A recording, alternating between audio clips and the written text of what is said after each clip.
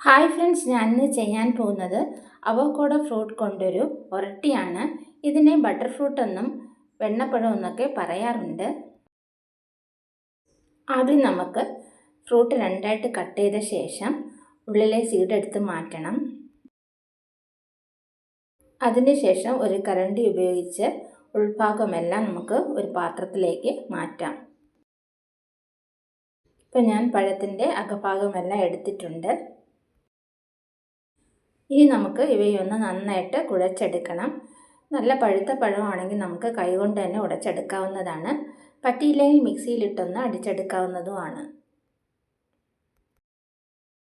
ഇനി ഇതിലേക്ക് 1 കപ്പ് സവാള കൊത്തിയരിഞ്ഞത് ചേർത്ത് കൊടുക്കാം. ഇനി ഒരു 1/4 കപ്പ് ക്യാബേജ് അരിഞ്ഞത് കൂടി ചേർത്ത് കൊടുക്കാം. അതേപോലെ തന്നെ ക്യാരറ്റ് കൊത്തിയരിഞ്ഞത് കൂടി ഇട്ട് കൊടുക്കുന്നുണ്ട്. എരിവിനായിട്ട് നമുക്ക് പെപ്പർ പൊടിച്ചൊന്ന് ചേർത്ത് കൊടുക്കാം. പിന്നെ ചില്ലി ഫ്ലേക്സ് 1 സ്പൂൺ കൂടി ചേർത്ത് കൊടുക്കുന്നുണ്ട്. ഞാൻ ചേർത്ത് കൊടുക്കുന്നത് ഗരം മസാലയാണ്. അതൊരു ചെറിയ സ്പൂൺ കൂടി ചേർത്ത് കൊടുക്കാം.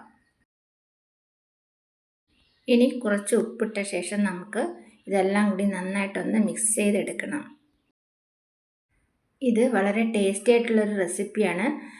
ഈ പഴം കിട്ടുവാണെങ്കിൽ എല്ലാവരും ഒന്ന് ട്രൈ ചെയ്ത് നോക്കണം. ഇനി നമുക്ക് മാവ് ചേർത്ത് കൊടുക്കാം. 1/2 കപ്പ് അരിമാവാണ് ആദ്യം ചേർത്ത് കൊടുക്കുന്നത്. അതിനുശേഷം ഞാൻ ചേർത്ത് കൊടുക്കുന്നത് ഒരു 1/4 കപ്പ് മൈദ മാവാണ്.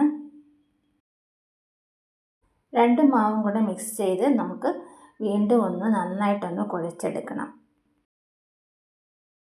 കുഴച്ചെടുത്ത മാവിൽ ഞാനിനി ചേർക്കാൻ പോകുന്നത് ഒരു 3 സ്പൂൺ എണ്ണയാണ്.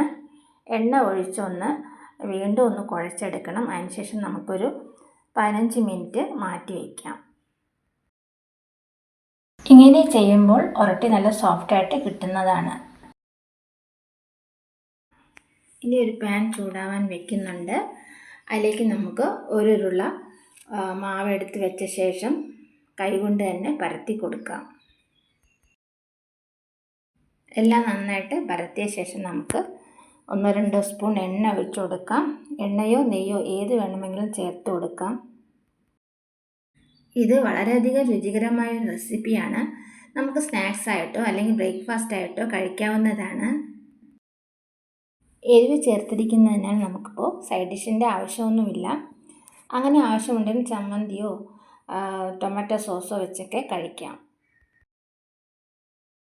ഈ ഫ്രൂട്ടിൻ്റെ മറ്റൊരു പ്രത്യേകത എന്തെന്നാൽ നമുക്ക് ഈ ഫ്രൂട്ടിനോടൊപ്പം മധുരവും ചേർത്ത് റെസിപ്പി തയ്യാറാക്കാം.